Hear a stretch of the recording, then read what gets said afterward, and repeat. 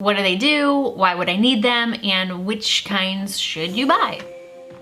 Hey, it's Meredith again from vidpromom.com, and today we're going to talk about filters for your GoPro. Specifically, what the heck are they and why would you even need them? So you guys know that I love to try out new gear and accessories for my GoPro cameras, but something that I've never really played around with too much are things that actually improve the image quality of my GoPro videos. Now, I've said this 100 times before, I'm not a perfectionist when it comes to shooting my GoPro videos because I'm just shooting family videos like vacations and stuff. So I'm not a filmmaker. I'm more concerned with capturing the moment than I am with getting that perfect shot. GoPro videos just aren't about perfection for me, you know? But questions about filters for GoPro cameras pop up a lot in my GoPro enthusiast Facebook group, and PolarPro was gracious enough to send me a box of goodies.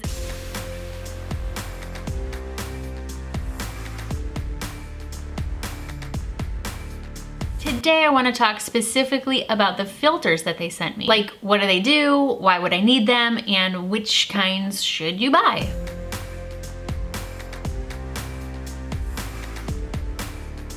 So the first thing that comes to mind when I think of filters for GoPro are filters for diving. So these, if you've seen them before, these would be like the red filters and the magenta filters.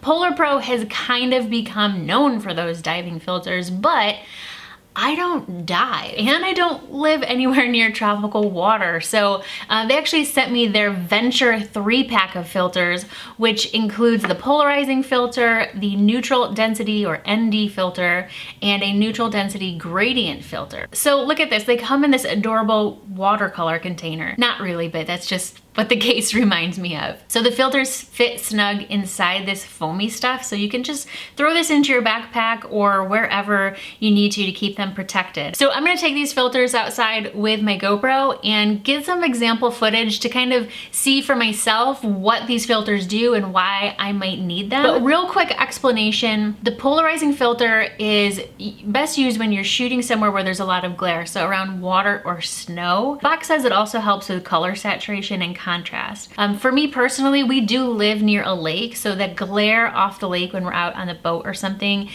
it's definitely there. So I could see where the polarizing filter is going to come in handy. And then the regular ND filter, it says it should soften or smooth your videos, and it also says it helps give a more cinematic look. And then the ND gradient does the same thing, but also compensates and helps kind of balance the exposure between the ground and the sky.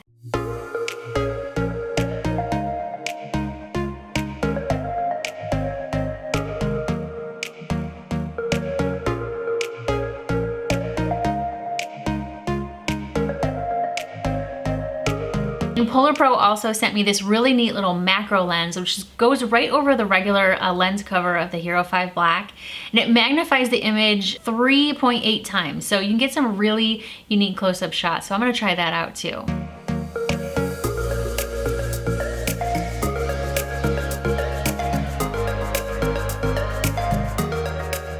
So reviewing this footage and comparing these different filters on my computer, I can definitely see a difference with that polarizing filter, especially near the lake. You know, there's not a ton of glare. It doesn't like ruin my footage or anything, but having that handy little polarizing filter makes quite a bit of a difference. And then the ND filter, I didn't notice that much of a difference, but like I said, I'm not a perfectionist, so I'm not necessarily looking for that cinematic look. So it didn't really change things enough for me that I would even think to use that ND filter. And the ND gradient filter, I wish I had tested that out a little bit more because it made a little bit of a difference with the sky, kind of darkened the sky a little bit over by the lake where you have a lot of sky.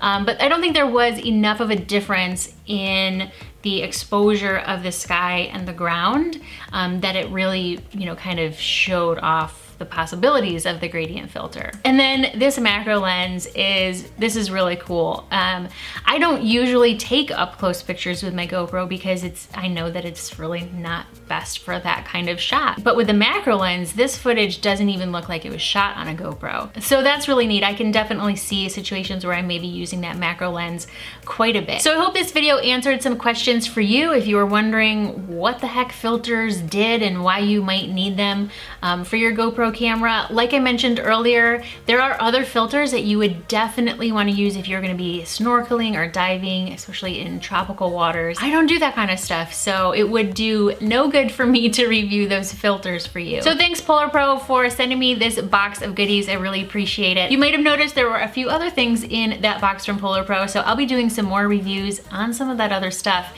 in a future video. So make sure you're subscribed to my channel, and if this video was helpful for you, give it a big thumbs up and let me know in the comments if you are more of a GoPro filter person or if you just kind of like the quality of the images that come straight out of your camera. Let me know in the comments and I'll talk to you soon. Bye.